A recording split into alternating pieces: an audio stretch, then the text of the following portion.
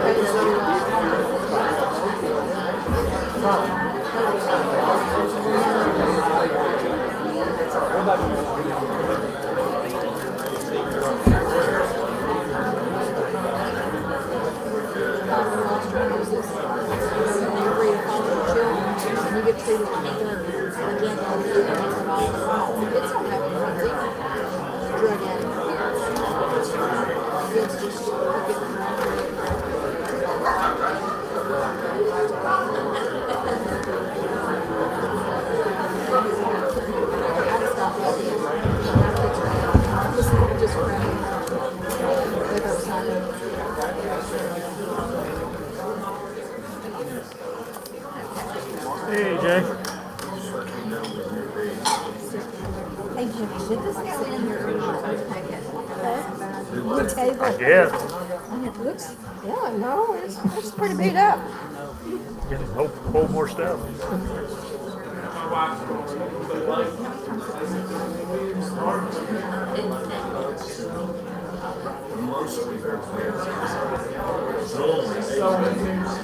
How are you?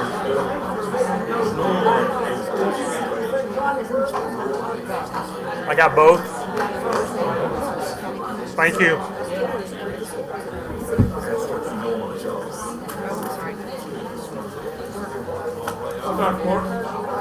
Okay, all right.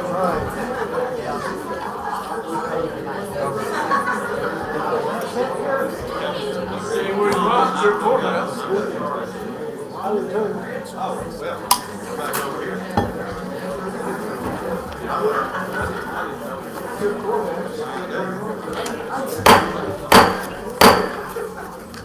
I'd like to call this meeting to order of the Jefferson County Board of Commissioners, regular quarterly work session, Jefferson County Courthouse.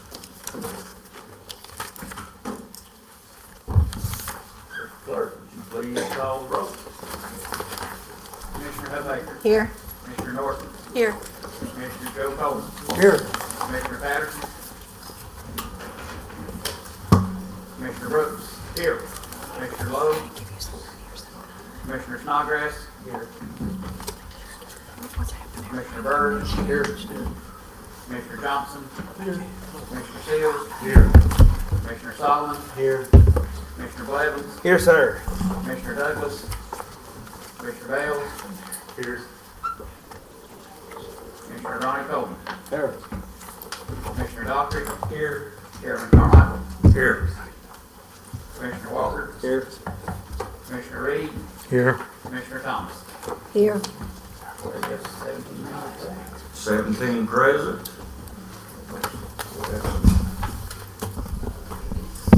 Would everyone please stand for the prayer to be led by Mr. Joe Coleman? Remain standing for the Pledge of Allegiance to be led by Mr. Sam Solomon. Our Heavenly Father, as we come before you here tonight, we give you praise, we give you honor, and give you glory. God, we know without you that we could do nothing. We know that the next breath that we breathe depends upon you. God, we pray for our nation tonight. We pray for the turmoil that's going on in the many different countries. We pray for the little nation of Israel that's going through a turmoil that's predicted long ago through the Scripture. We ask tonight, Lord, that you'd look down with mercy upon everyone that labors for you. It's having a hard time right now in these perilous times that's coming upon our country. God, we pray for this commission tonight, that the decisions that we make here will be according to thy will and be to glorify you. We thank you for all that come this way tonight, and God, lead us in the right way that will be pleasing unto thee. And we pray for a safe journey home when we leave this place tonight. Thank you once again for giving us our sins and for being with us each day of our life. For it's in Jesus' holy name we pray. Amen. Salute flag. I pledge allegiance to the flag of the United States of America and to the republic for which it stands, one nation, under God, indivisible, with liberty and justice for all.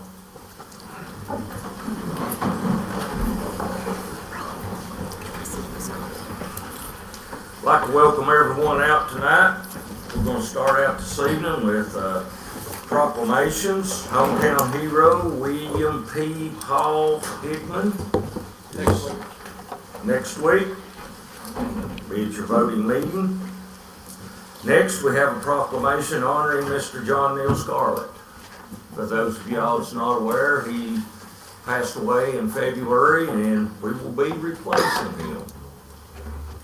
Right now, Mr. Randy Bales, do you have anything for us?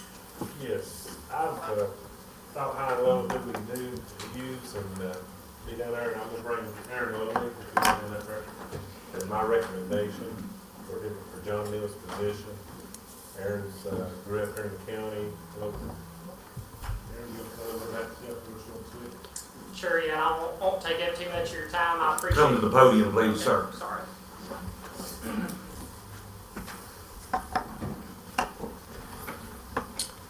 Yes, I do appreciate the time, and you all have much more important things to attend to than listen to me talk about myself. But I like to know who's representing me and who I'll be working alongside of, and I'm sure you all do too.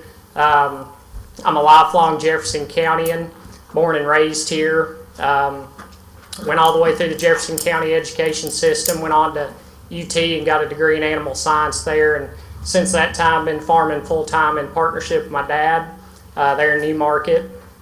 We've been farming there since 1867, and that doesn't have anything to do with being qualified to serve on county commission, but I say that to say that we definitely have deep roots here in the county, and as me and my wife think, about raising another generation here, that's really my reason why I feel called to serve, to make sure they have the same opportunities that all of us have had, and I know the decisions that you all make here play into that. So appreciate your time and the consideration. Thank you, sir. Randy, do you have anything else? I tried to find somebody that I thought would honor John Neal's, the way he looked at the world, and like I said, Aaron's who I recommend. Does anyone have a question or comment? Mr. Doctor? I'll say this, Jimmy, that I learned a lot from Aaron's granddaddy, he definitely son. He comes from a good family. Mr. Doctor? Commissioner Bales, I believe, hasn't Aaron either served or is serving on the road He commission? is currently on the road commission, and if he receives this position, he will resign from it. To me, that says the citizens in your district supporting the bill. Yeah. Anyone else before we move on? Thank y'all. Next, we have a proclamation honoring the late Alan Palmieri. Next, we have a proclamation honoring Susan Modern. Proclamation honoring Joe James. Next, we have public hearing, Resolution 2025-15, a resolution amending the zoning map of Jefferson County, Tennessee by rezoning property from C2 General Commercial to A1 Agriculture Forestry. Question or comment? Not hearing any. Resolution 2025-19, resolution amending zoning map of Jefferson County, Tennessee by rezoning property from rural resort to C2 General Commercial. I was just fixing to ask you. What we actually need to do is, we're gonna have to hit reverse here for a minute, Mr. Seals. Do we not need to hold a hearing? Yeah, you need that public hearing. Public hearing. All right. I ain't been. I apologize. That right there slipped through. This hearing is being called to order. We will start with 2025-15, resolution amending the zoning map of Jefferson County, Tennessee by rezoning property C2 General Commercial to A1 Agriculture Forestry. Is there anyone here to speak upon this? If you have any questions for the zoning office, Stephanie's here. Like I say, I ain't been there since November, so I don't really know what's going on much. Miss Stephanie, come up to the podium, please.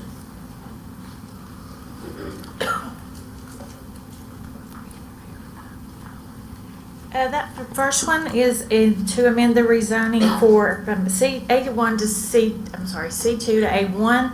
Apparently back in 2006 when it was voted on, it was supposed to be a portion of the property rezoned to commercial and the whole entire parcel got rezoned to commercial. So they came in for a permit. We couldn't give them a permit because it's not A1, it's C2. Question or comment? Did this pass?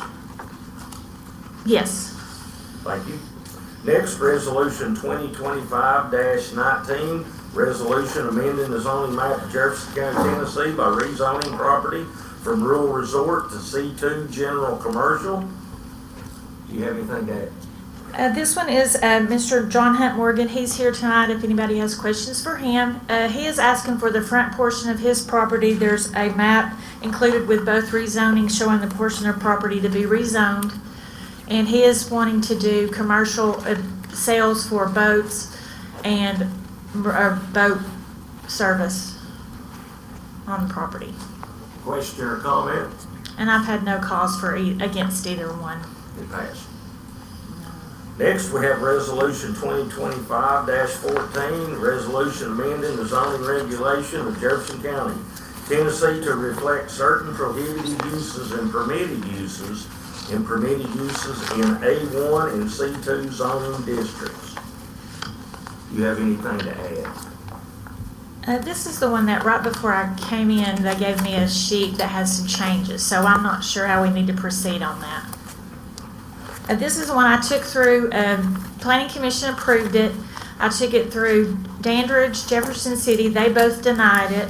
White Pine approved it with changes that, if you'll see your copy, you have a highlighted section that shows what they wanted removed from the resolution. Sure. Can you share with us what they want to remove? Yeah. Do they have it? It's in red. Yellow. Oh, I'm sorry, they gave a new resolution that I was just given before I got here. He's got the original, the White Pine originals. Oh, okay. Yeah, it should be like this. What they were wanting removed was where it listed uses prohibited. They wanted mobile home parks removed because those are not allowed in the county anymore. They have to be all on their own acre or less, just a little less than an acre. And they also wanted the section removed that says, for the purposes of this section 9.3b, temporary use shall be defined as the use of a single recreational vehicle to temporarily house visiting relatives or friends for a period of no longer than 30 days. So that was both items they wanted stricken from the resolution presented. All righty, Mr. Tim. Yeah, so they're changing some words in it. Well, it has to go all the way back through everything. So there's no need to vote on this next week. We have to go back to the Planning Commission and all three regions. The regionals that denied it, if you're going to change wording, Well, yeah, they still have to see it again. they will have to One see word, it you again. gotta redo it all. Okay, can I ask a question? Hold up. Oh, Okay, okay, so I took the one that Austin did and worked with Terry Renault, and we modified it significantly, I would say. So can we send that revision, if it includes what the city said, back around, and what's the process of doing I that? think you have to send it to all four. It's a deal. Once you change So- the wording in anything, it has to go back to the. So does it need to go through us first, or just Austin can send it? Back to the Planning Commission, and then to the region. So who sends it? Does Austin send I it? will. Stephanie I'll get back sends on it. planning and then I'll have to put on each city Okay. regional. So if Austin and I get with Stephanie, then she can start the whole process Get it again. all. Yeah, it'll take 4 months. hold up just a second here. The attorney has Sorry, Dave. That's all right. I was looking for him. I was hiding. Sneaky. Real quick, just to go through that process with you one more time, and it's a process that I have lamented a couple times for you guys, and I don't understand it, but you have, regardless of what the Regional Planning Commission provides input and a recommendation, as do the other regional planning commissions. They do not change that resolution. You with me? So you can totally ignore the recommendation of all four of those bodies, and you can pass it as is. That's one of your options. It doesn't have to go back, as you're with me, as it was presented. Now, if they can make recommendations, and he is right, if you all decide that you want to alter that resolution, then it has to go back through that process. But otherwise, you can totally ignore the recommendation of any of those planning commissions and vote on that resolution. You just can't change that resolution. If you amend it, it has to go back through that process. Question. earlier, I talked to Mr. Brooks, and we discussed what we would have to do. If next week we decided to move on that, we would have to approve it, and then it would have to be amended if she wanted to change the words. Well, you could send it, what normally would occur, again, the statutes are not, I'll be honest with you, they're not super clear about how the process starts, chicken or the egg. I agree. I'm going to be honest with you. I mean, to me, this is a legislative body. This has been my argument from the beginning. The legislative body should have the authority to change its resolutions and its ordinances pursuant to statute, period. I understand why you send that to the Regional Planning Commission because they deal with it all the time, right? So they naturally, the legislature wants you to get their input before you change it, but you don't have to follow it. So with respect to where it starts, in my opinion, it could start either way. This body, I think, could say, okay, some commissioner could say, I want to change the zoning ordinance this way. I just want a recommendation that it go to the Planning Commission. And it could do that. And it can go through that process. It comes back up and you could vote for it. I also believe that the Planning Commission could actually send an ordinance to you guys to look at. I believe they could do that. But it's kind of a backwards process because it's got to go to you, then back to them, then to all three. But I think that's possible. Long story short is, guys, if you want to amend what was presented to the Regional Planning Commission and approved, then it has to go back through that process again. Period. If you're going to change it. Okay, so for clarification, next week, should we vote on what he presented amended and then send it back through? I would vote to send it to the Regional Planning Commission for their review as amended. In other words, Okay, like if you're going to so- change it, that would just be one ordinance, and you would send it to them for their review. It would go through that process and come back to you for a final. That's Okay. what I would do. So we have it on an agenda as a resolution. I can amend it, and then we send the amended resolution back to the That's Planning my Commission. recommendation, Okay, yes. thank you.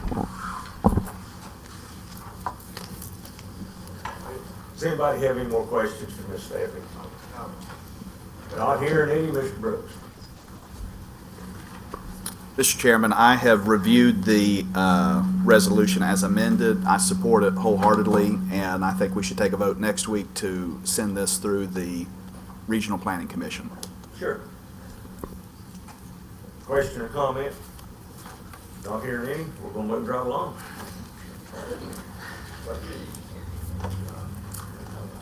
Public hearing is hereby closed. Next, we have approval and corrections of the agenda. Does anybody have anything? Mr. Doctor? I think I may have put the same item on your slide. On page 4, the second item on your old business, says report from David Seal. David, is that, you give us an update on the restricted general assembly, or is that something different? No, it's just an update that I tried to give during the work session, and under old business is fine with me. Okay, if you go into page 5 in the new business, there's item G, and then the domain carried off, you can delete that. Under what now? New business, page 5, new business, Mhm. item G. All right.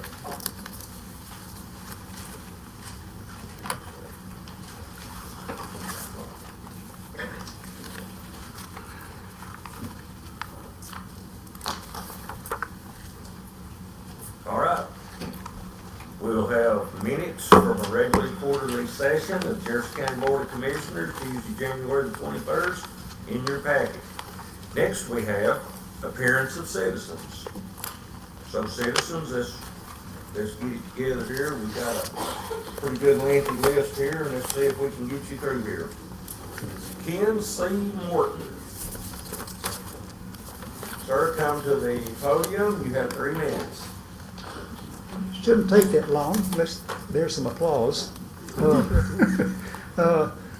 I'm the one who wrote the 7-page article that got emailed to you about asbestos and PCBs at Jefferson Elementary. I'm not going to try to repeat that here. I would like to know, maybe by show of hands, Have you received the hard copy yet? If you have received the hard copy, would you raise your hand so I know you got it? Thank you, that's great. All I'm here for is to see if you have questions about that, about if it was not clear, if you have questions about more in depth about what some of the details about chemistry and cancer, or if you want to know my motivations. I'm just here in case you have any questions, and if you have none, I'm going to sit down. Not hearing anything, sir. Next, we have Michael Ingram.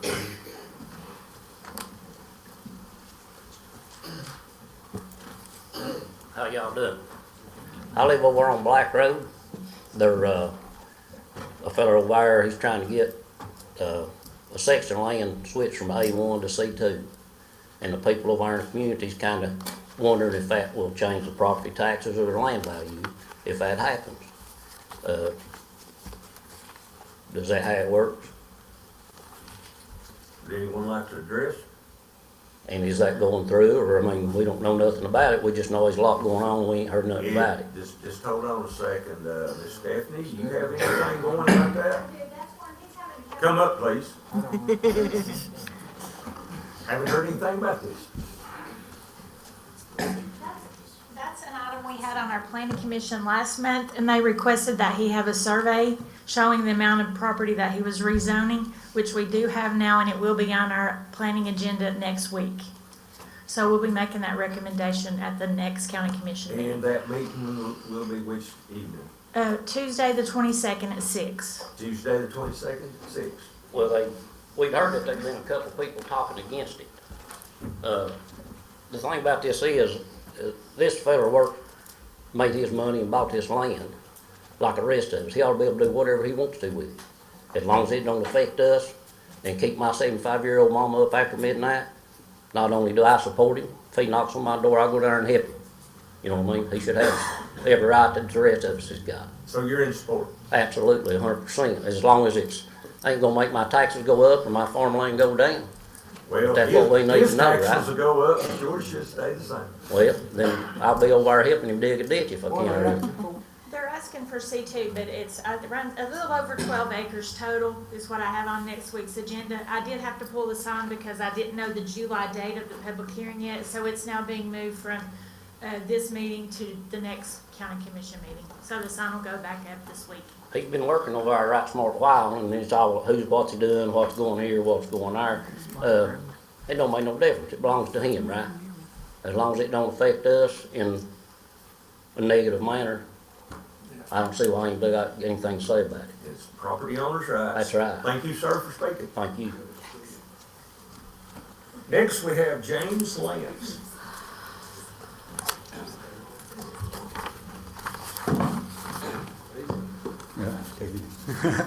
Good evening, Jefferson County Commissioners. My name is James Lance. I'm a 27-year veteran of the U.S. Armed Forces, residing at 2246 Peninsula Drive, Jefferson City, Tennessee. I'm here tonight on behalf of the citizens of Dogwood Acres. I've attended these quarterly meetings now for the past 2 years. The performance of this commission reminds me of a quote from the late great President Ronald Reagan. President Reagan would sometimes state, "There you go again."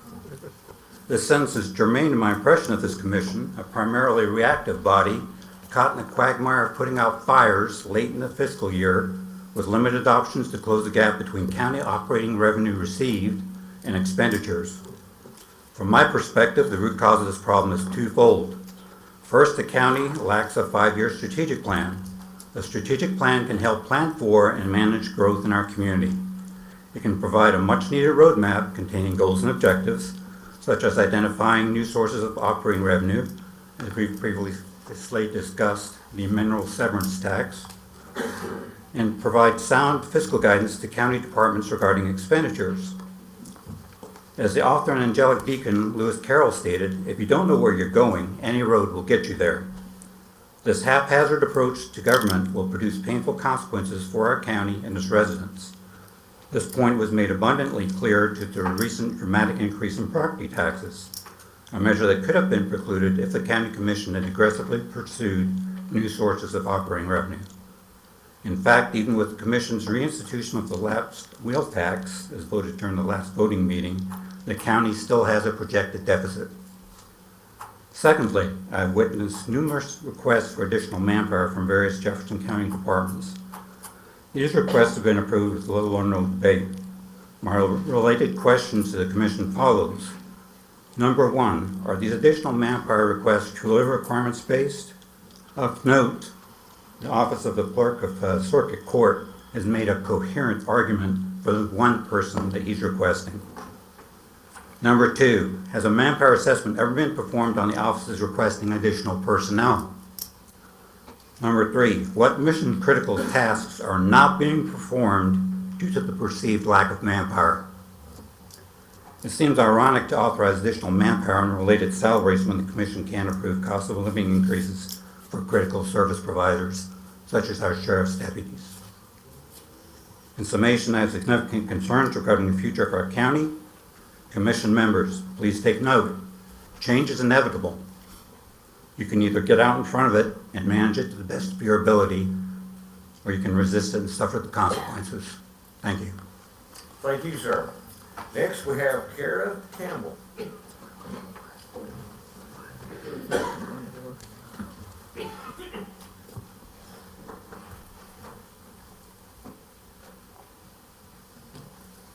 Good evening. Thank you for the opportunity to speak.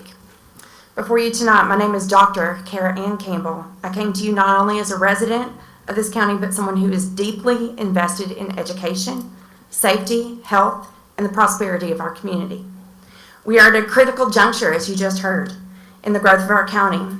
Our neighborhoods, population are expanding. A blind man can see a house going up. Yet much of our infrastructure has not kept pace with the development, specifically the health and safety of those who work at and attend Jefferson Elementary School.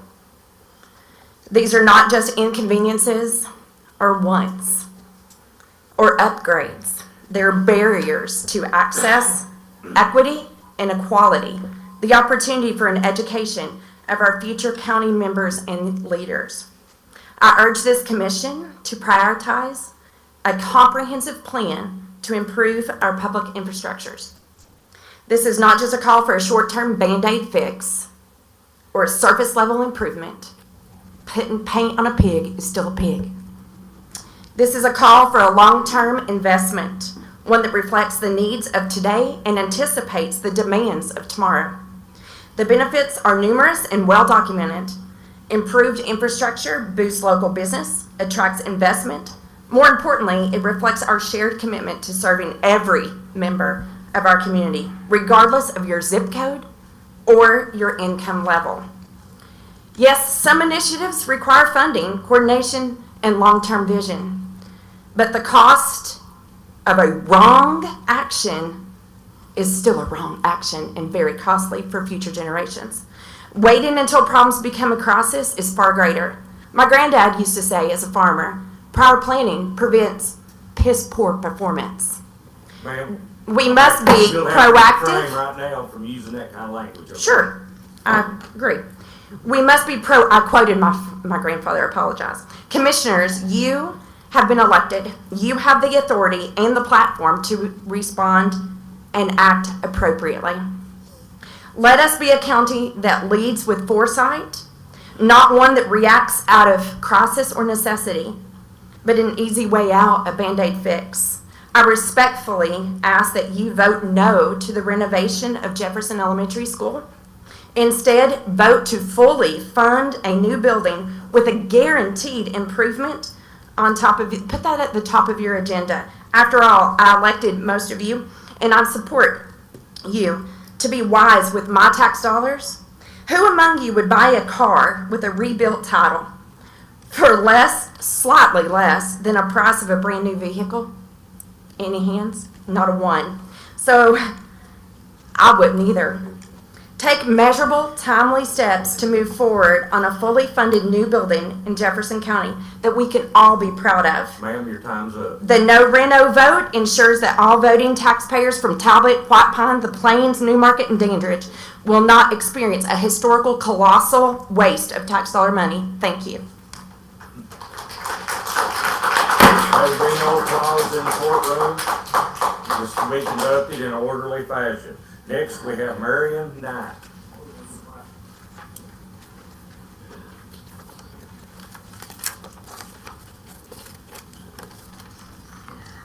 Marion Knight, 440 West Main Street in Dandridge.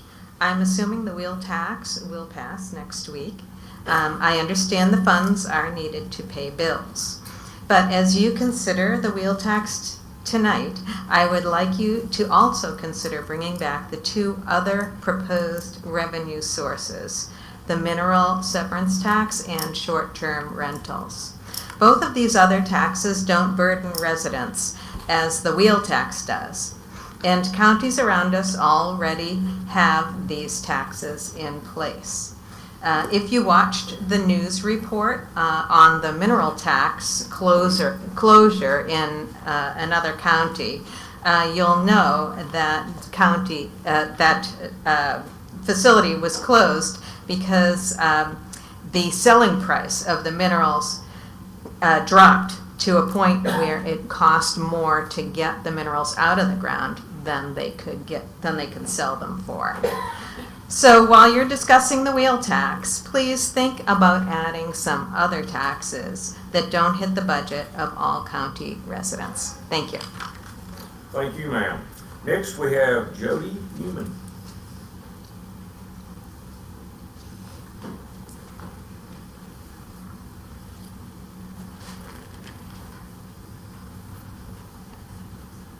Good evening, County Commissioners. This is my daughter, Kaylee. Kaylee attended Jefferson Elementary from kindergarten until the beginning of her second year last year. Now, I know that I've emailed all of you. No one in my district will respond to me on the Board of Education or the County Commission, so I'm feeling very unheard. I'm very upset about that. My baby girl missed 22 days in kindergarten due to illness. We got 2 truancy letters that year. Even with all of them excused, we'd go to the doctor's office. They'd say they don't know what it is. It's probably allergies. She's sick at school. She's sick at home. Over vacation, she's not sick. We go camping all the time and she's not sick. What's wrong with my child?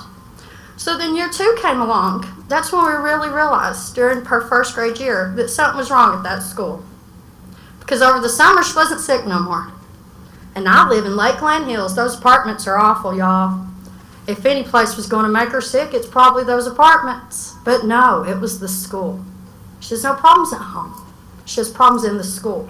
If any of you stepped foot into that building, you'll smell the mildew. I know every one of you would. If any of you put your eyes up against the windows downstairs at the basement like I did, you'd know. So anybody that's trying to deny it in this whole county, y'all want to sit here during the budget and talk about abatements, but then you act like there's no asbestos. Why are we abating if there's no asbestos? My daughter was sick 24 days her first grade year.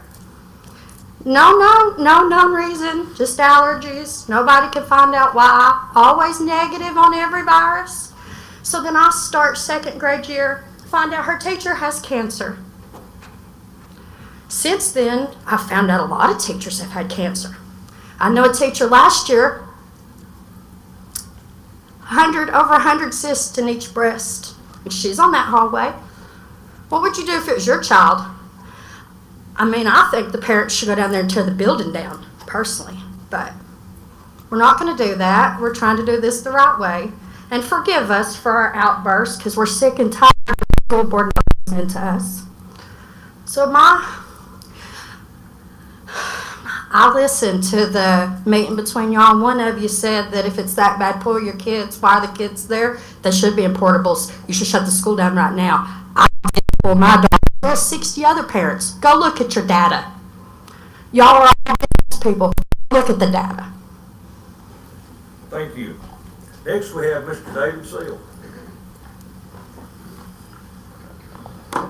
Thank you, Mr. Chairman. David Seal, 730 San Martin Road in Dandridge. Commenting on new mineral tax legislation at the state level. Currently, the state caps the mineral severance tax at 15 cents per ton, and that's about to change. The legislature just enacted House Bill 695, which increases the mineral tax rate this year to 20 cents per ton. By 2035, the rate increases to 30 cents per ton. The most interesting thing about this legislation is that it was supported by three key players: the Tennessee Road Builders Association, the Tennessee County Highway Officials Association, and most importantly, the aggregate industry. There were no complaints from the mining industry. And believe me, I'm down there all the time. If somebody's opposed to something, they will light you up like a Christmas tree. It's worth repeating that the aggregate industry supported the increase. And I think that quells any fears that imposing the mineral tax would cause job losses. I'm sending you a video of the legislature discussing the support of the aggregate industry just in case there's any doubts. And then finally, I want to express my endorsement for Daniel Smallman for appointment to County Commission.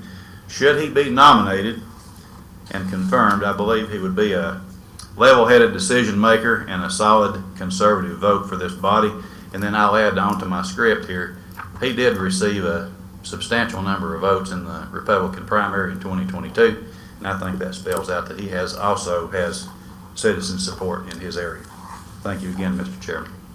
Thank you, sir. Question or comment, Mr. Dockery? Well, not for Mr. Steele, I guess, would this body feel it prudent to ask or to invite someone from their star to come to our voting session, if they so desire to give us their opinion on the mineral tax? We can do that. Be made opposed to that? But all we do is invite them if they don't show up. We will do it. Hold on just a second. Conversation? Mayor pointed out this contest on the agenda, so we've already had a request from a citizen, so if you would put like that mineral tax on the agenda for next week. That'll do it. Katie? I just didn't know if it was on the agenda, so we added it. Who's he? Your star. Same. The mine. Exactly the same. The same as it was. Just put mineral tax on the agenda, we can pass it out. You had a resolution. You're going to use the same resolution, what you're going to talk about that. All right. Mr. Mayor, do you have anything to add? I think you may have to change one thing. Is that correct? Another thing? You can change the date. I'm good. I'm just. Next. I'm sorry, sir. I'm nowhere near hard on the carrier, but I think somebody from the prevailing side should put it back on the agenda. And I was on the prevailing side at the time and said no. Then wrote it down. Inquiry minds don't know. Anybody have a question or comment before we move on?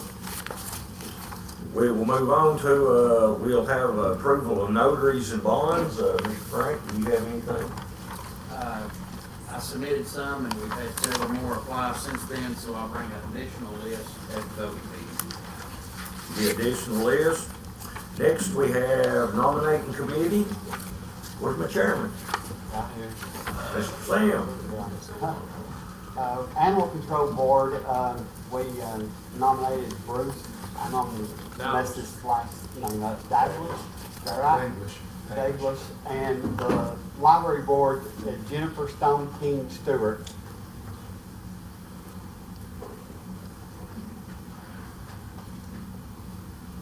Jennifer Stone King Stewart.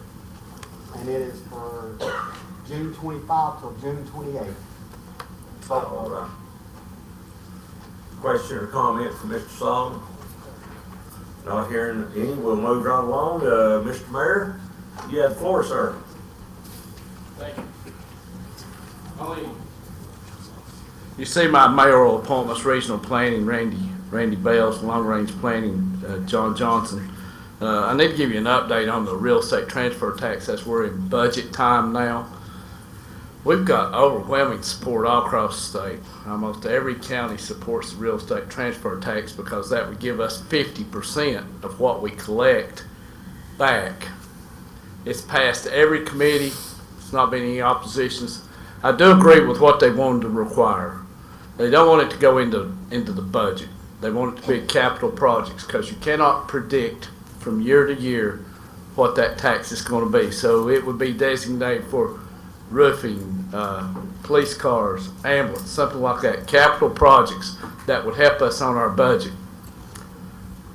Now the not so good news about it is they were taking that 50% that they weren't using for states and parks and rolling it into fund balance, and the state has what, like seven billion in fund balance. So they were rolling it into that.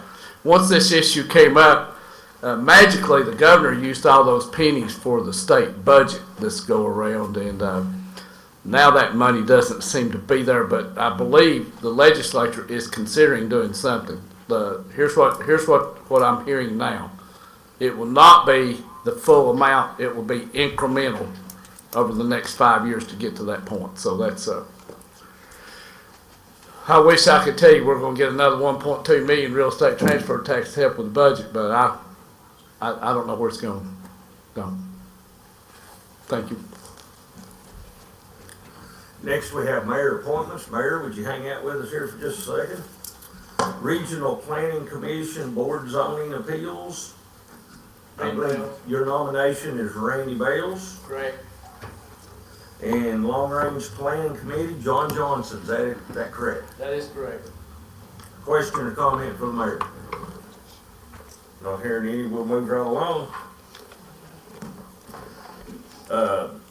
We're down to chairman's comments. My comments for this evening would be is that we're going to have to elect 2 officers next week. We will have to replace John Neal Scarlett, and he was the parliamentarian, so we're going to have to replace the parliamentarian also. Does anybody have anything they'd like to add?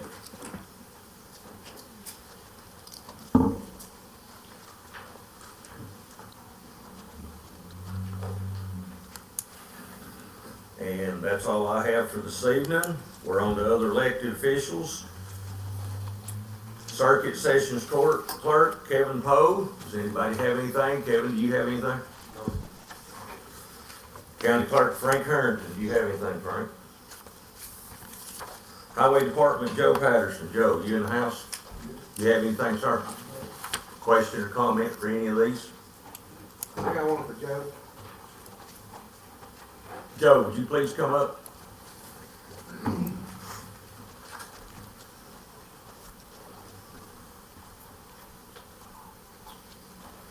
Hello, sir. Hello. How you doing? Good. Would you care to tell us again how much money's in the budget, how much road we can pay per year right now? You're getting, I think it's 572 on asphalt. With us, we manage about 25 to 30 mile on that.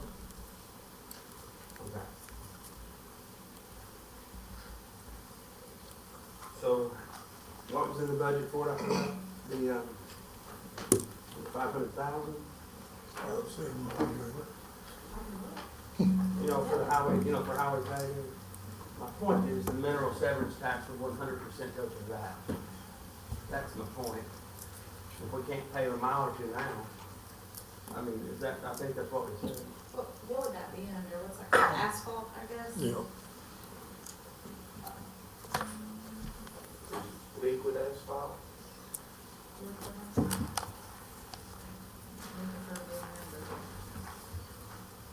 Might be under Hudson. Oh, 575,000. That's what's in the budget, right? Yep. For it now, per year. For this fiscal year. And then the situation on Old AJ, Main Street, Strawberry Plains, the sidewalk. We started working on it in November, I think we talked. You are gonna start doing a guardrail in January. We're gonna try to get a guardrail there or some sort of post or something. What it is, we have a turn in Strawberry Plains, there's a sidewalk there. I don't know, 20 years ago, the Strawberry Plains Alliance raised money and put the sidewalk in. It took 30 grand back then. County did not own it, did not buy it, did not do anything for it. The Alliance did it. So the big trucks turning onto Big Bend or Main Street there from old AJ are too large for the turn. They run over the sidewalks year after year, destroying it. I reached out to Joe, he went down to try to fix it, make everybody happy, the neighbors on the corner, everything. But it's just getting worse, so we have to do something there. I talked to the sheriff's department, I think, a few of us. I've talked to Ransom, the other commissioner there, he went and looked. Talked to Paul Hardy. I've talked to the constable down there. We all seem to think, and you, I believe, with the pole would be the best bet for that. So now it's getting to the point where they're into the lady's fence, the property owner's fence. So I think we owe it to them to do something. We did take the sidewalk up, at least it was somewhat of a barrier. Now they're just running on up onto it. So they're still pressuring me, so I'm asking, can we please get something done down there for them? Because they're watching. They're watching on YouTube tonight. They will be next week. We're going to try to get some more money, I hope, to pave road. And it's now entering the middle of April. And getting into May, I want to make sure this gets worked on and fixed, please. Please, please, please go down there and do something for me at that corner, okay? I appreciate it. That's it. Anyone else, question or comment? Moving right along, we're down to Register Deeds, Ed Steiner. Question or comment? Sheriff's Department, Jeff Coffey. Mr. Coffey, are you in the house? You had to leave. Assessor of Properties, Susan. Sir.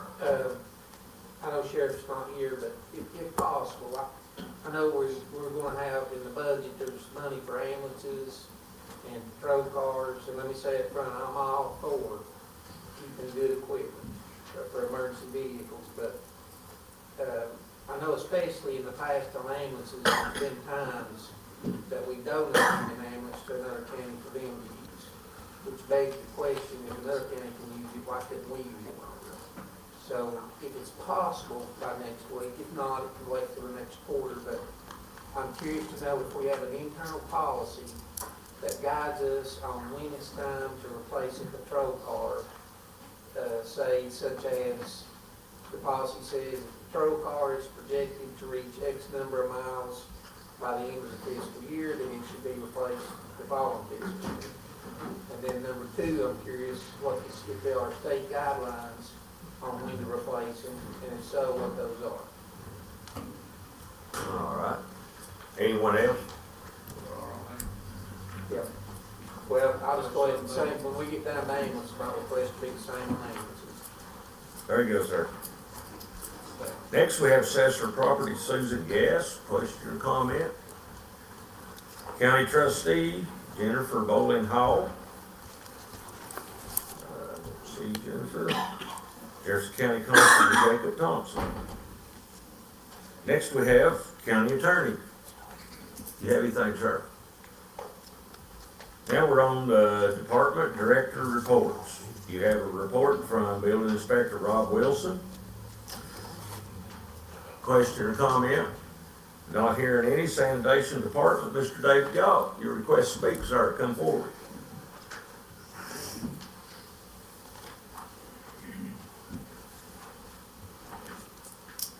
So in your packet, you've got a timeline update from me on the Class 3 closure. Just to give you a little update on the timeline. That mic's hot. They did come out and give you a little background.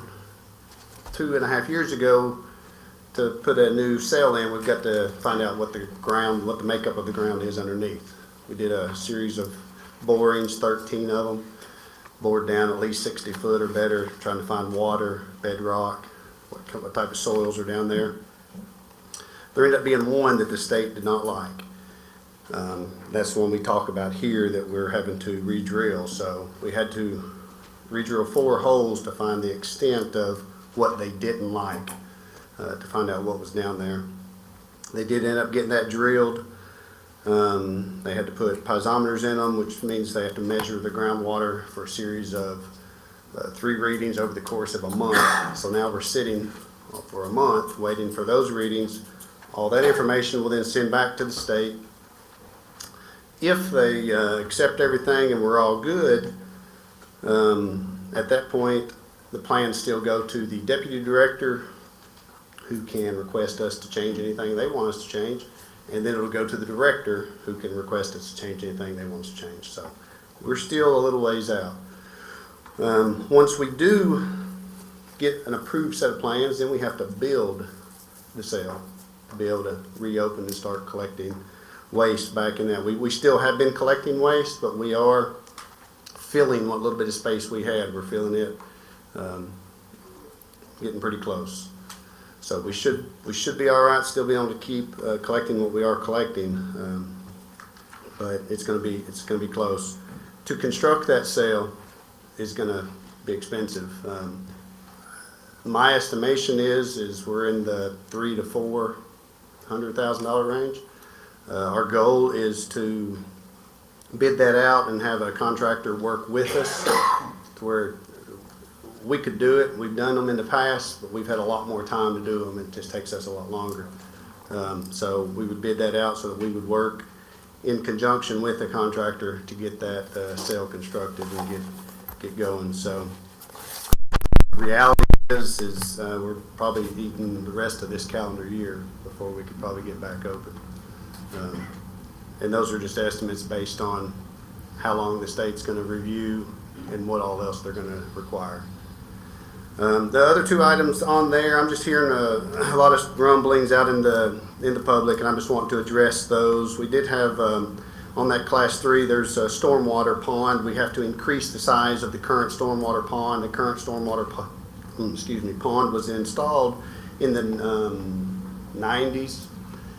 We're having to increase that size. The TDEC rules are is we're supposed to maintain a 50-foot buffer to any property line of any construction.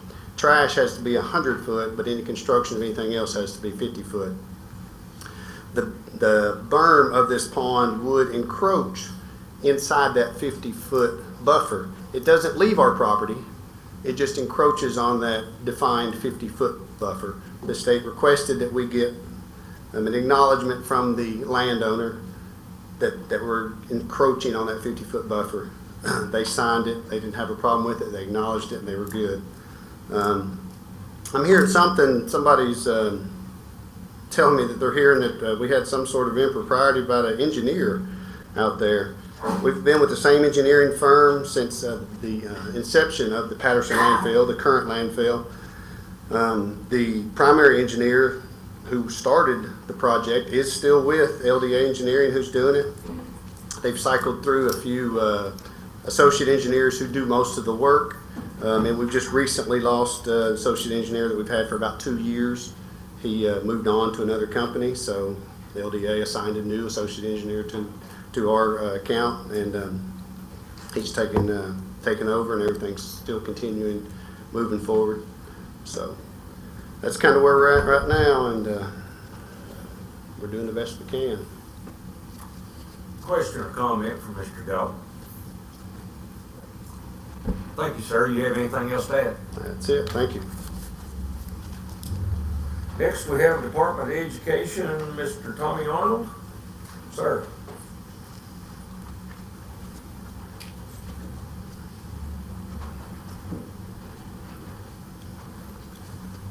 Thank you. Have a proposal coming from the board. The board has approved a renovation project, submitted some funding for that project, and requested from County Commission for $12.5 million to move that project forward. Just wanted to come before you and see if there's any questions, anything that you have, or anything that you want to know throughout this next week, or anything you can ask now. Feel free to schedule anything with me, and I'll be happy to talk to you now or anytime in the future also. Mr. Solomon. The renovation at Jeff Elementary, is that included, the $44 million, is that included the gym and the cafeteria? Yes. So within that project, the gym is discussed in that scope of work. Within the board scope of work, it was discussed that the gym would be demolished and rebuilt. Within the analysis done by Blankenship Architectural Group and engineers that came in there. It's deemed that that gym is salvageable with bleacher replacement, new floor, gym ADA accessibility within the stage area of that school, HVAC added to the gym. What about the cafeteria? So all new cafeteria equipment would be included in the renovation of that. So are you talking about the kitchen serving area? I'm talking about the whole kitchen area. So the kitchen area, it calls for new cafeteria equipment, freezer replacement, cooler replacement within there. No remodeling or nothing? So that, it would get whatever's needed. That was actually, has been remodeled. It has windows in it. We just took up and replaced the floor, so we'd have to deem if that needed to be taken care of, not within the seating area of the kids. But the cafeteria itself, kitchen area, calls for all new equipment. It would be remodeled also. So there's not anything in that building that goes untouched. Some of those classrooms were built in around the 2000 time frame, so they may need less work than some of the rooms that were done in the original part of the building. The cafeteria also had a renovation of the space done within the last 20 so years. Does it include the footage and around the building, the foundation and the roof and the plumbing, and does it include every bit of that? So as far as foundational work, that would not, I mean, we're not tearing out footers, but it does include a whole new roof structure. All that is included in that cost.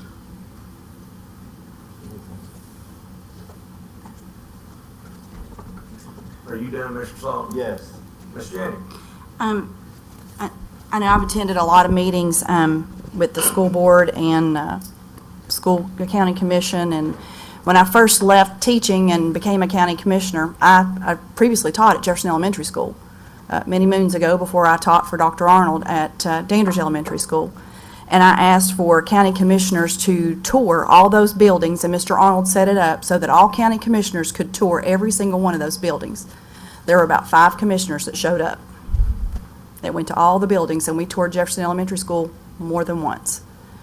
I have listened to what Mr. Blankenship has proposed that he do with the renovation. I've listened to what Lewis Group proposed that they do, and I feel confident that the school board has done a very good job researching this from one end to the other, trying to make sure that the best possible thing is done with your tax dollars and with our children. And we could sit here and question Dr. Arnold over and over again about what has and hasn't been covered, but there's a whole list of things here that Lewis Group didn't include in theirs either. And they're smart enough to know what needs to be done, whether it be a reno or a new build. And I feel like Dr. Arnold, and correct me if I'm wrong, I feel like the school board's done a good job of looking at every single one of these, and we could sit here and name off the things that Lewis Group did not include in their packet as well as multiple new builds that have happened in the area, Knox County, Hamblin County, surrounding areas that just recently built elementary schools, and it cost way more to build those schools than what Lewis Group proposed. So what they're saying they can build the schools for, nobody else has been able to do that. It's cost a whole lot more money than what these people, these contractors have determined that they'll do. And I hope that everybody will trust that the school board and Dr. Arnold have done a good job of researching what needs to be done and what's in the best interest of the people, their tax dollars, and your children. So I appreciate that. I just wanted to say thank you for hard work. Katie? Okay, I have a couple questions.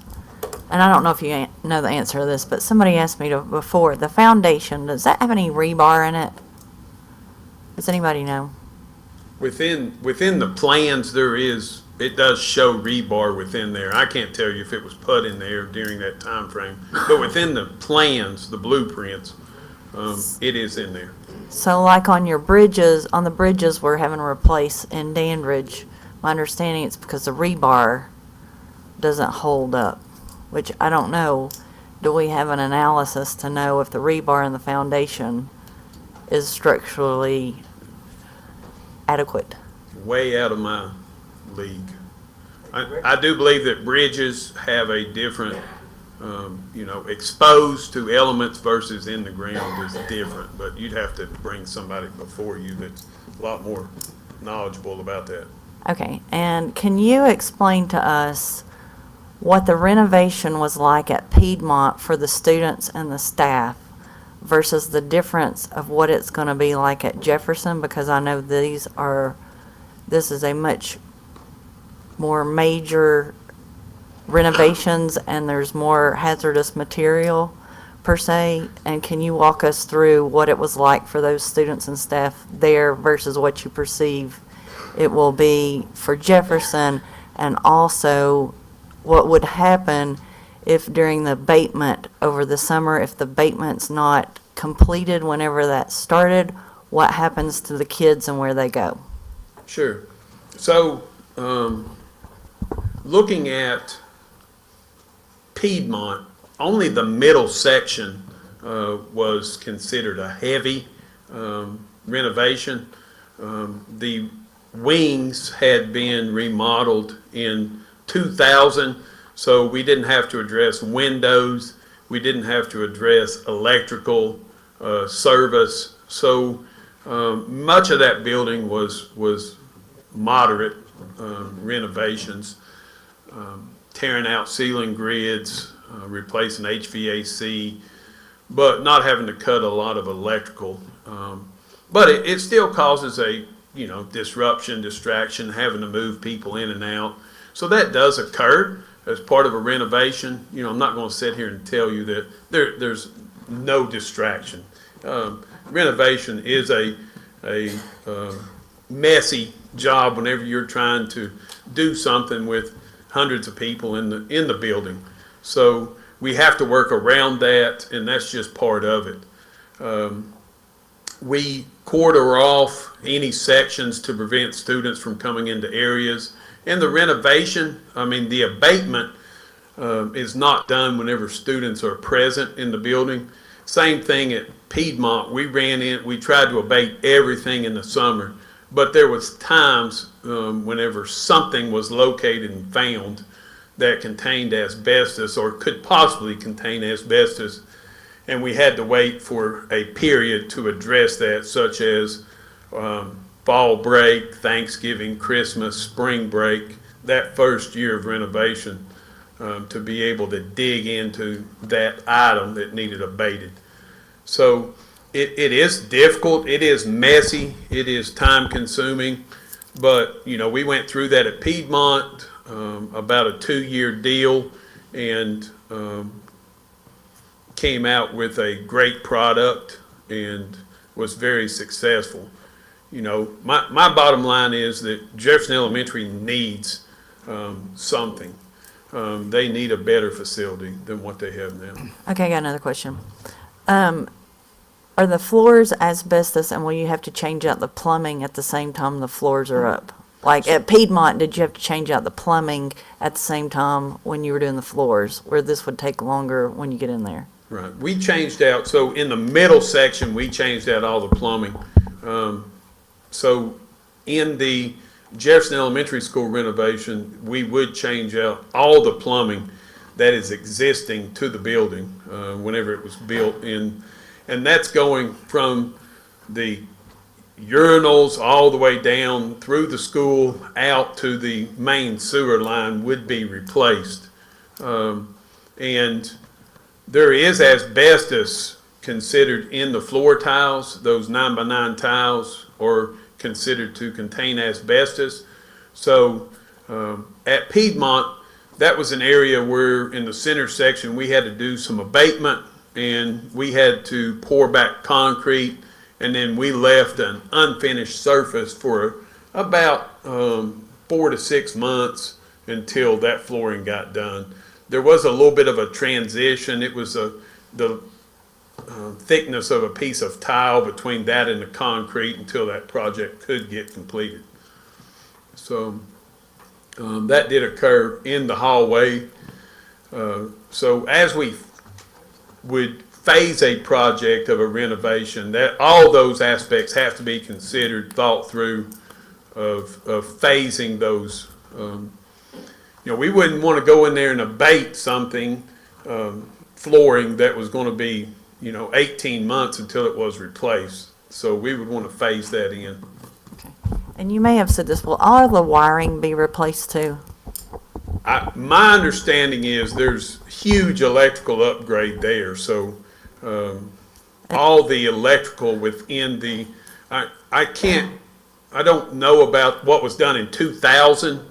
There may have to be some minor additions there, but within the existing structure that was first built, all that electrical would be replaced, yes. And is that where the PCBs could come from, or the electric boxes?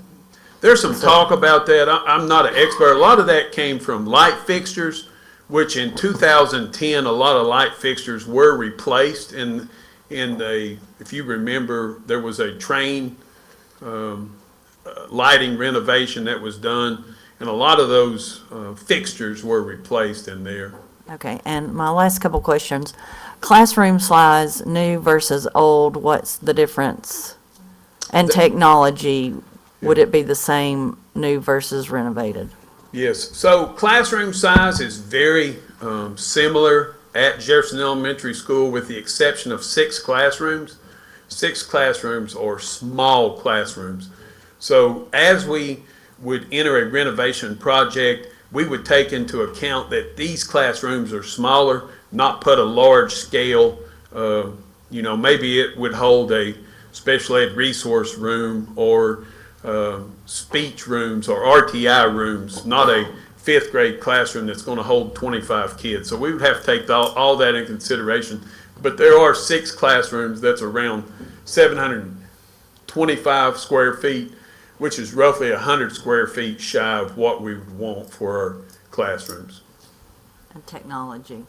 So just like at Piedmont, we would look at furring out a wall to run electrical and to run data communication lines in there. And then we would have the same type of technology that we put in at Piedmont with our smart boards, with intercom systems, with data ports. Those types of technologies would be in place and updated, just like you would build a new school. It would be updated with state-of-the-art equipment. And the wires would be boxed in that are currently...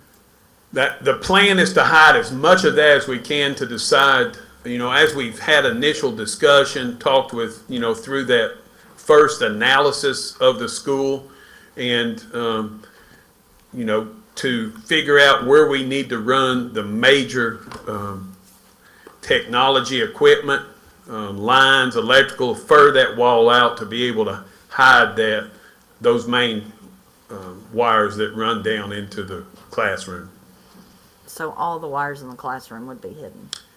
I would say hidden, or like at Jefferson County High School, if you remember, some of it is hidden, and then there's a chase of, about a 4-inch chase that runs along a wall with some outlets on it. So the plan would be to hide as much as possible. You can't hide it all. Okay, this is my very last question.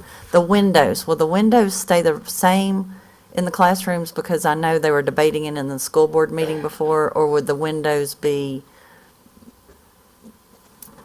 less glass area? So just in talking to the sheriff in all of our assessments, we're concerned about those windows being at such a low level. So the windows would change. There would not be as much glass in that building after a renovation. So how we reduce that size is, in the year 2000 at Jefferson Middle School, they put that fiberglass panels in there that allow some light in. And that looked great initially, and 25 years later, it's degrading, getting some oxidation, those type things.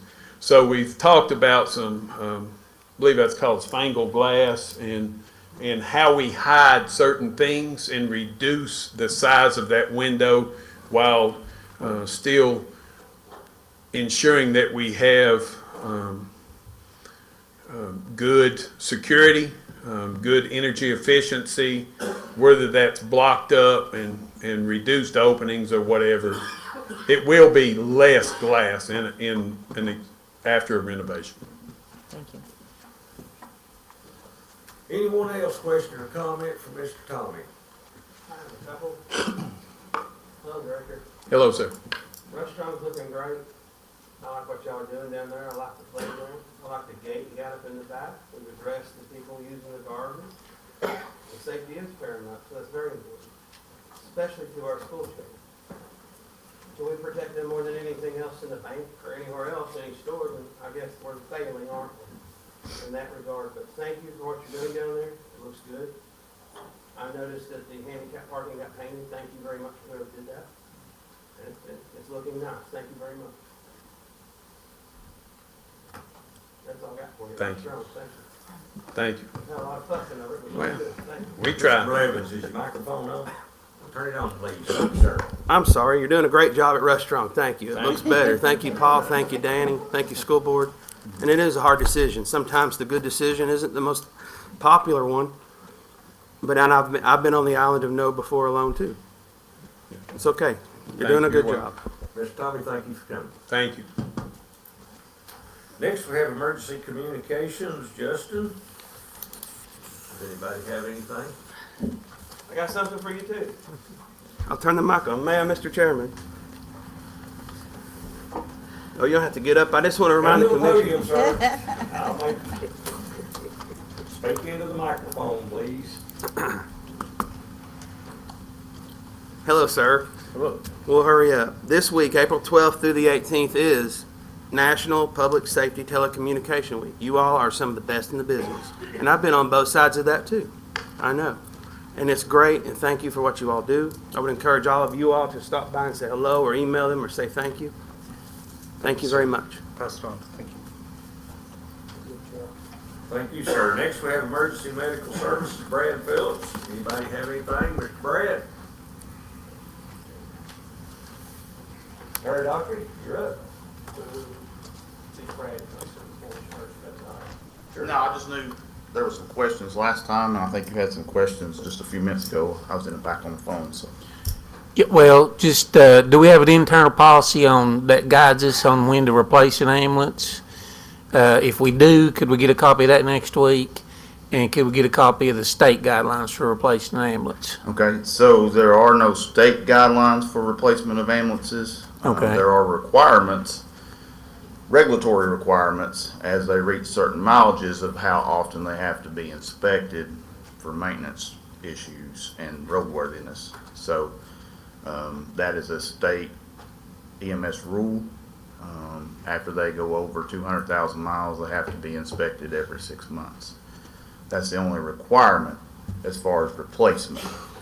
Our internal policy is the same that's been ever since I established that when I first took over in 2005. We've adjusted it over time because of the volume of the calls and the mileages. Though that replacement schedule, the ambulance typically lasts between 2 and 3 years as a primary unit and about 4 years as a backup unit. So they have to be replaced every 7 years. And they usually got about how many miles on them when you replace them? When I first started that policy, they were just over 200,000 miles. We were approaching, most oftentimes now they're approaching 300,000 miles when we replace them.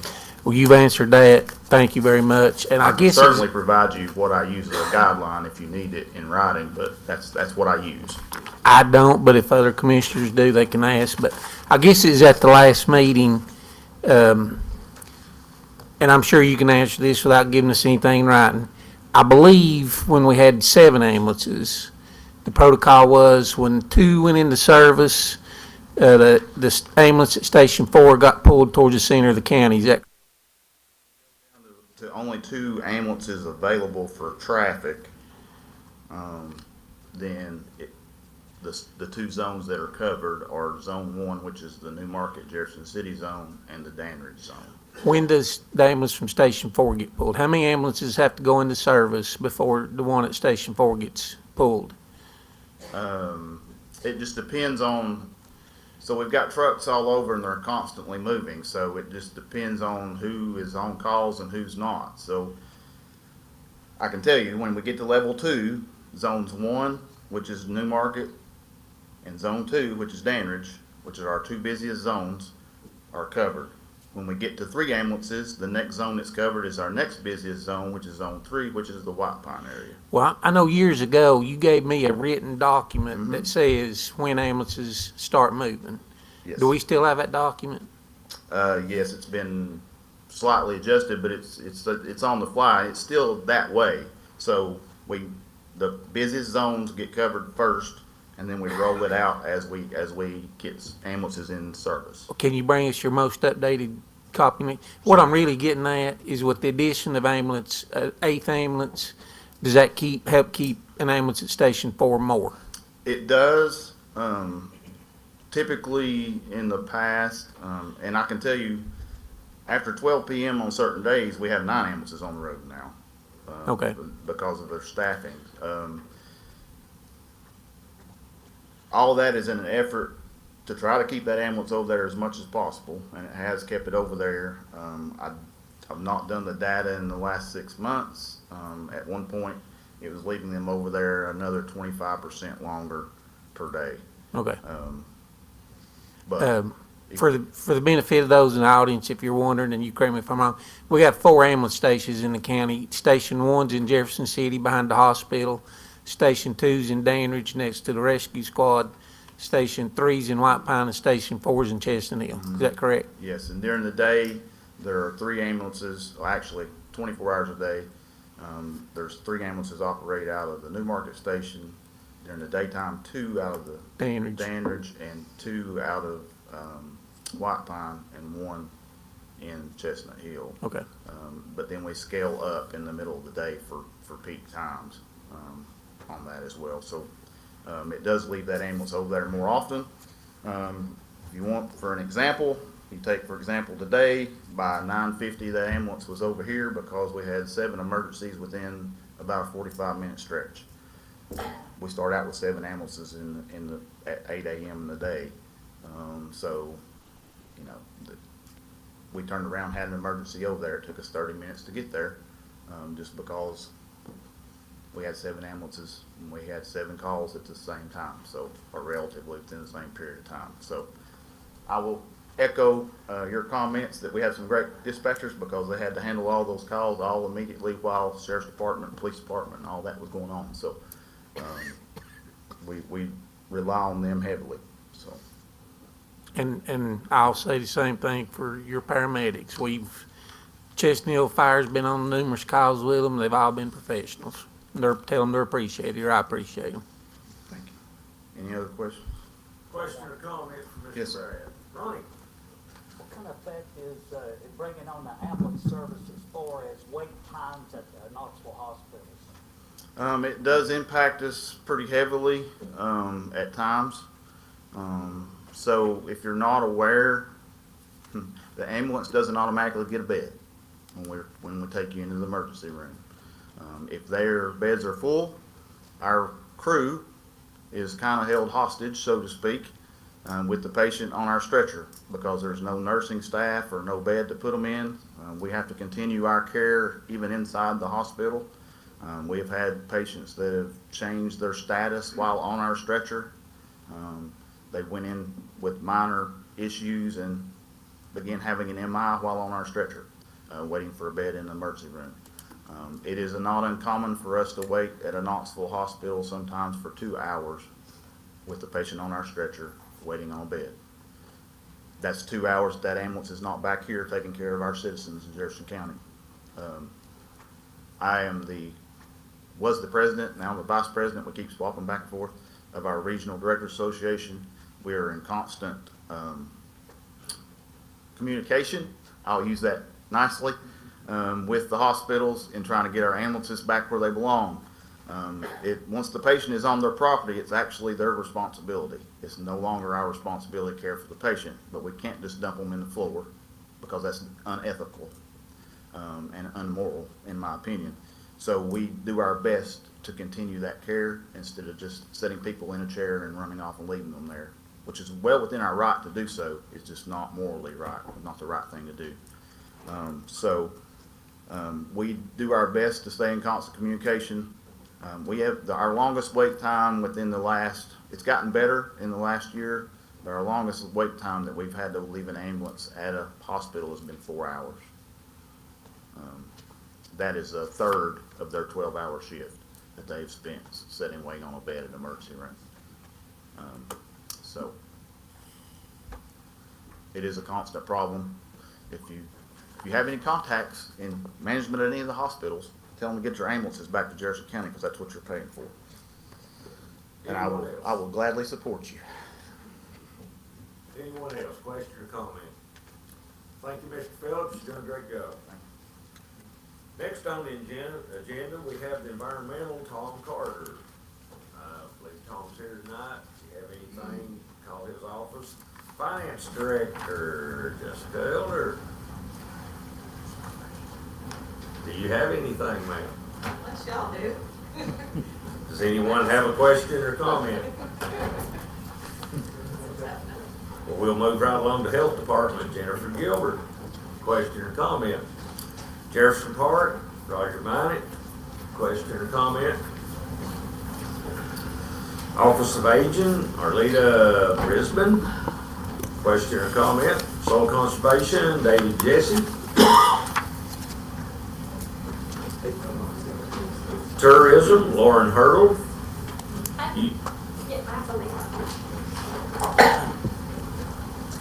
Good evening. I don't think this was in my report, but I did want to let you all know we had some exciting news come out this week.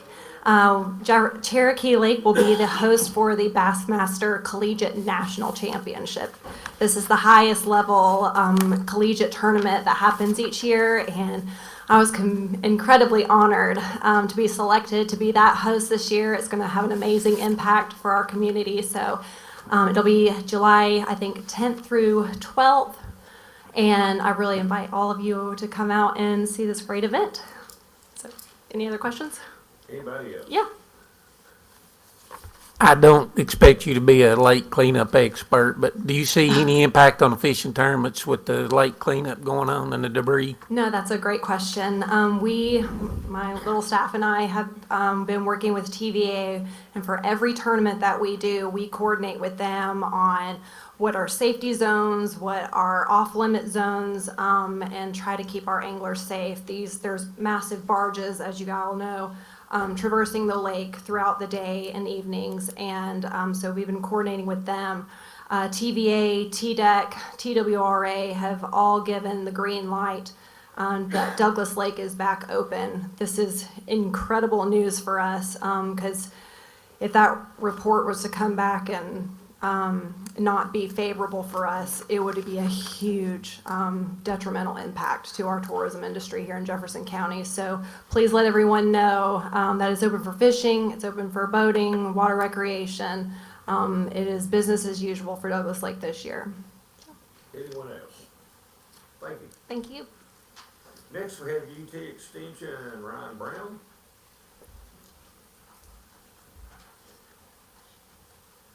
I'm Karen Nelms with UT Extension, and I just wanted to update the County Commission.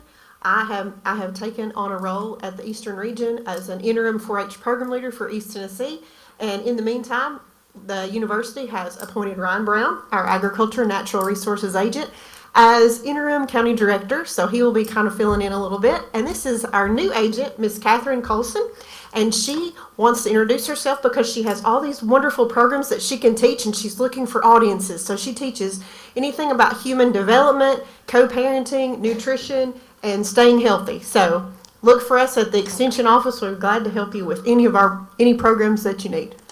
Question or comment for anyone? Thank you for coming. All right, thanks. Next we have Veteran Service, Marissa King. Question or comment? We have reports from committees. Audit committee. Where's our chairman? Audit's in your packet. All right. Question or comment? Same thing. Thanks, sir. And now we have budget committee, Mr. Tim Seals. I guess you need to direct your questions to Jesse. The county side, I don't think you'd have any questions on that tonight, would you? Wouldn't even want to look at them? For the budget amendments, item number 5 under the schools for Jefferson Elementary renovation. Yeah, the school, So the 141, it was approved by the budget committee. However, item number 11, Fund 177, was not approved, and neither was the use of debt service funds. However, it has been asked to be placed on the agenda for you all next week. It will be on the voting agenda. For the voting meeting, yeah. Yeah, the funding for Jefferson Elementary renovations. Which one? What number? Under budget amendments for schools, it's item number 5. 177. 141, 141. number 15, items 1 through 2. That was approved. However, item number 11, 177, number 5, item 1 was not approved. Be number 10 and 11. Not approved. They stay on the agenda. So number 5 was approved. That will stay on the agenda. The 177, number 5, which is item number 11 under school budget amendments, was not approved. However, it was requested by Commissioner Brooks to be placed on the agenda, as well as the funding for Jefferson Elementary renovations. If I can get an updated list I'll before send that you agenda one. goes out. We're good. Any other questions for Ms. Jessie? Not hearing any. We'll move right along to Personnel Committee. Chair Heidi Thomas. Yes. The county continues to experience difficulty retaining employees, and for that reason, we've done an RFP for job classification, compensation study, and analysis, and it's been put out for bid. And bids will be accepted until April 16, 2025. Question or comment? Katie? So if we get it back, it's coming on the agenda too, right? Wasn't that what we said in our budget meeting? I requested that it be on the, presented next week. Yeah. There would be a recommendation from budget committee because we couldn't advertise it and open the bids in time before your meeting tonight. So it'll be placed on the agenda for you all. I believe that would be suspension of rules. Sure. It would be.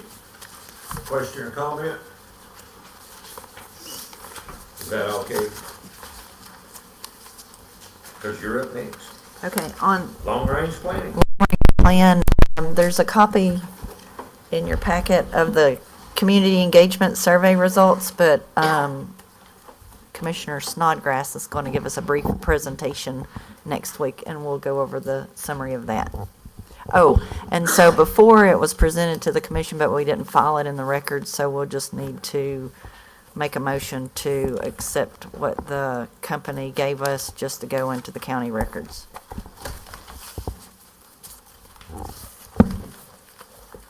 Question or comment for Katie on long range planning? Not hearing any, we'll move on to nonprofits. Jefferson Alliance, Joe Gibson.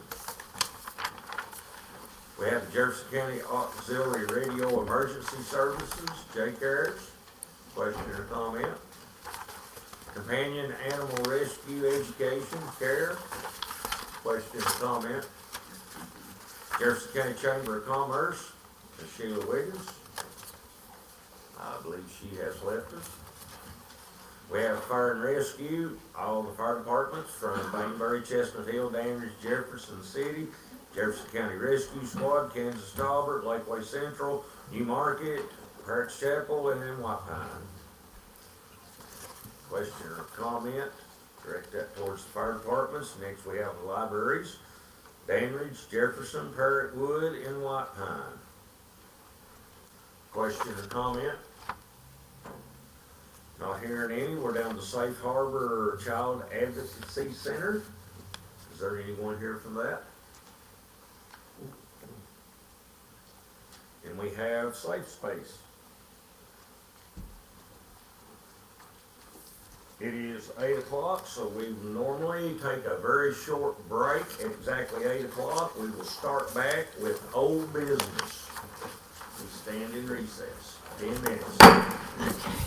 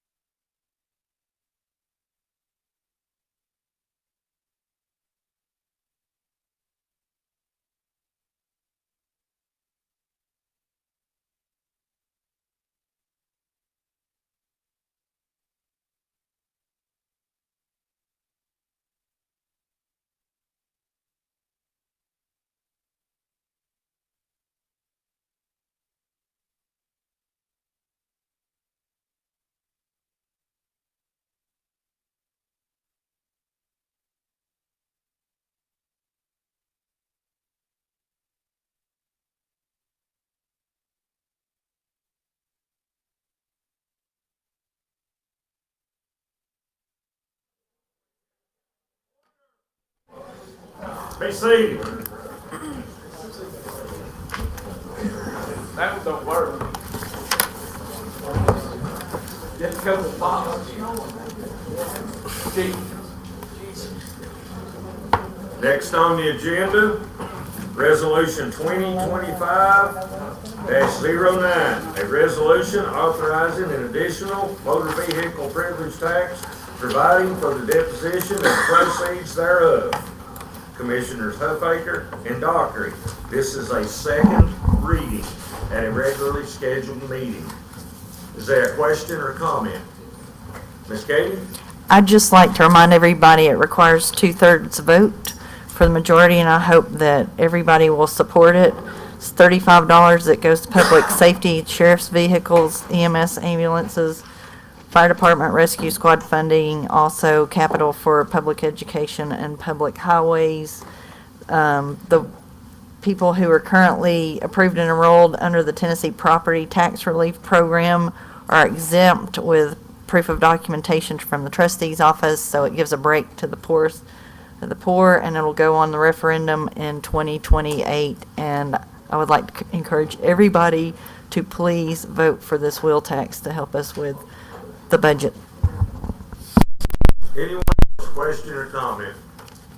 Not hearing any, we'll move right along. We have a report from Mr. David Seal. Do you have anything to add, sir? Certainly, Mr. Chairman. You give me about 3 minutes.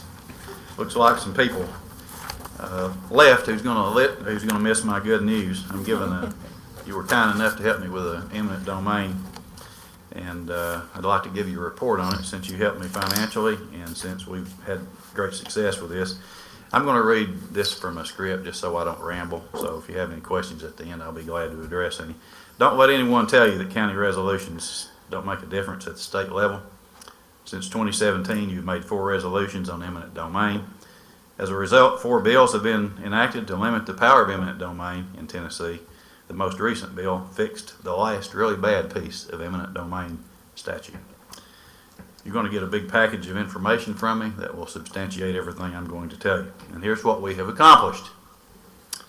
From 1945 until April 3rd of this year, housing authorities and CDAs could take property from its rightful private owner and transfer it to another private owner for redevelopment under the banner of blight remediation. There was a loophole in Tennessee law that enabled housing authorities to find a few blighted properties, maybe over in the corner of a subdivision, under a vague definition of blight, draw a redevelopment area around on a map around this group of properties, and condemn every other property in the entire so-called blighted area.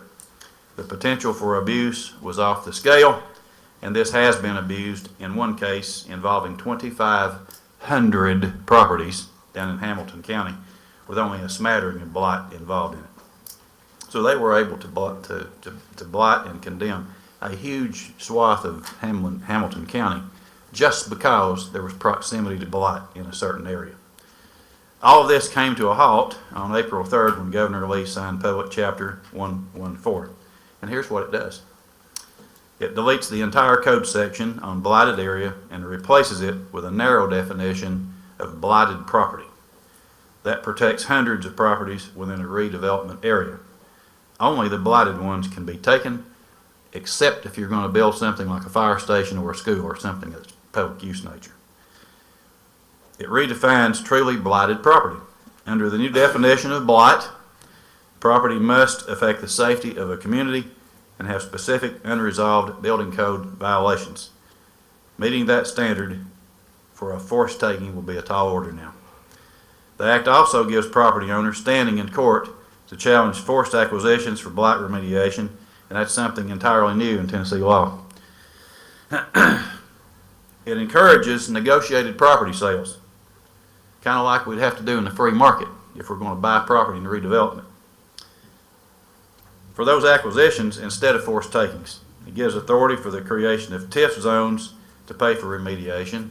That was one of the things that I came up with 4 years ago when we first drafted the bill. I wanted the housing authorities to have a mechanism to pay for this without going to the taxpayers.